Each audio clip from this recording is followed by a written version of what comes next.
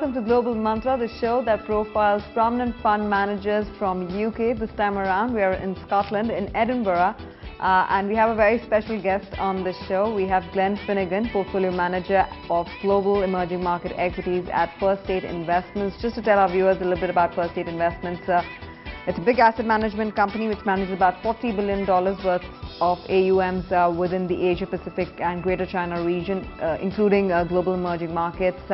And Glen, as well as his team, manage around $10 billion.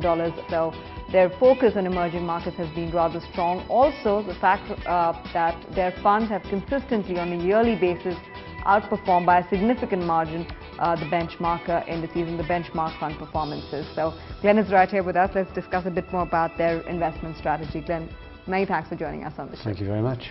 Okay, let's start off with your investment strategy, given the fact that your funds have done so well. And you have key funds. You have an Asia Pacific fund, you have a GEM fund, which is the Global Emerging Markets Fund, and then you also have a large equity-based fund. So what is the approach in building a portfolio and then maintaining it to generate returns? Thanks. Yeah.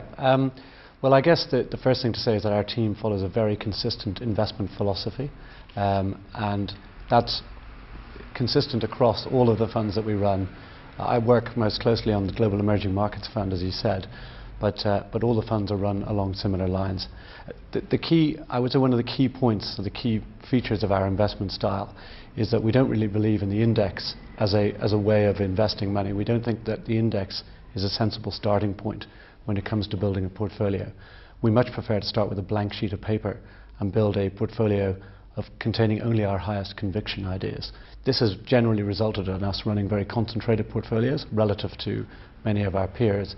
For example, at the moment, the Emerging Markets Fund would be about 40% invested in its top 10 holdings versus around 3% in the index for those same holdings.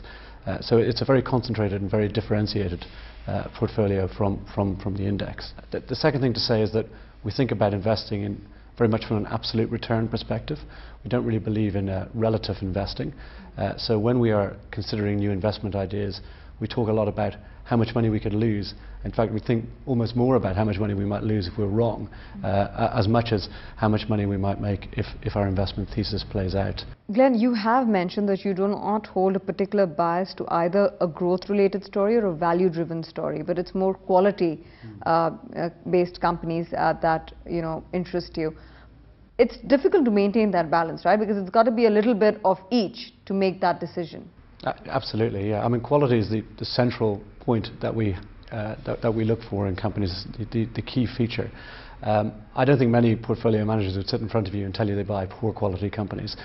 I think most people think that they buy good quality companies, but we've got a very, very clear and consistent approach to what we're looking for when it comes to quality. So our team members, and we've got 27 investment analysts working on our team, and they spend pretty well all of their time studying people's track records and the history of business groups, because really we only want to be invested alongside controlling shareholders with the highest degrees of integrity.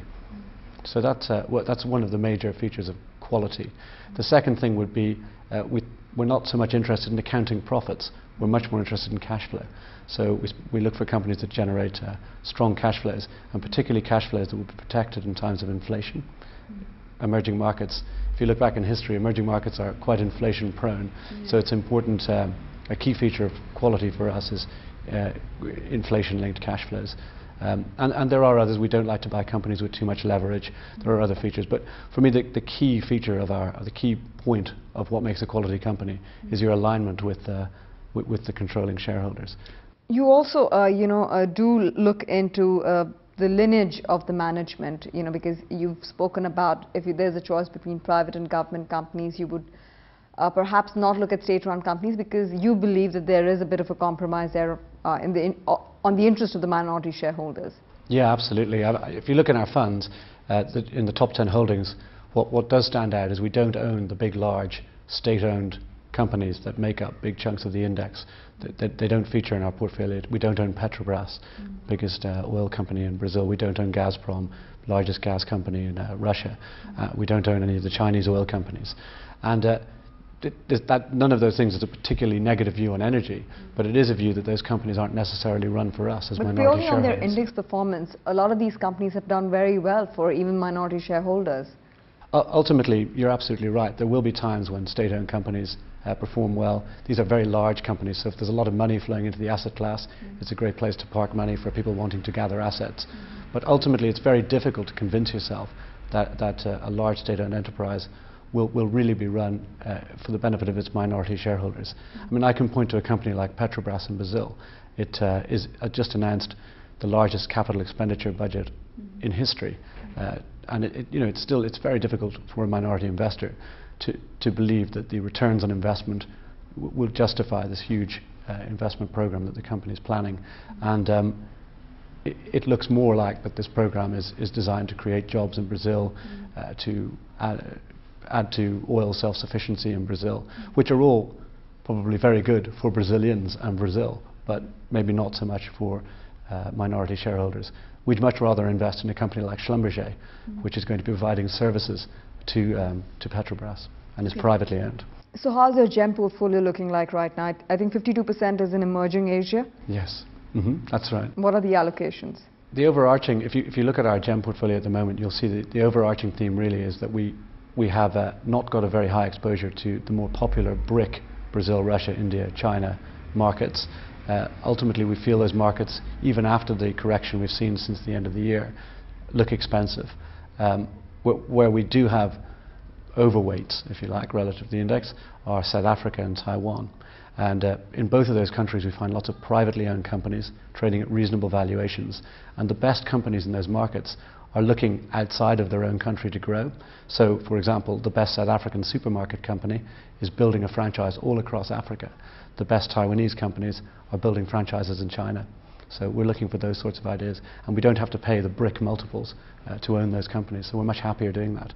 We think we'll be better protected on the downside and enjoy the fact that these companies are growing. Okay, it's interesting you say that because there is a lot of favor that Russia is finding right now at 6 to 8 times forward earnings.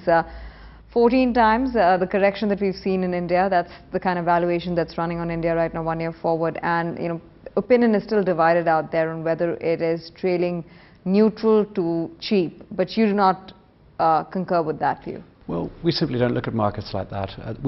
That's a top-down statement that you've made, and ultimately we look at markets bottom-up. Absolutely, the state-owned national champions of Russia do trade on low multiples, but we would argue that's correct.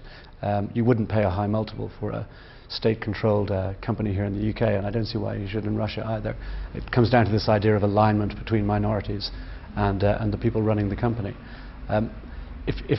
If you break down the Russian market or the Indian market or the Brazilian market and look at the well-run, privately owned companies, the ones we like to invest in, you'll find that they are much more expensive, trading on much higher multiples than the market average would have you believe.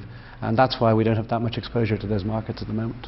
All right, Glenn, we'll take a short break on that now, but we'll talk a lot more about emerging markets and overall allocation.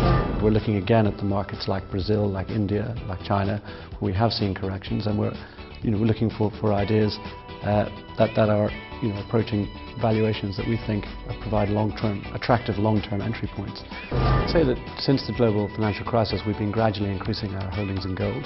Well, we look for companies that have very cash generative models and a level of inflation protection. So, as I said earlier, we are attracted to the consumer companies.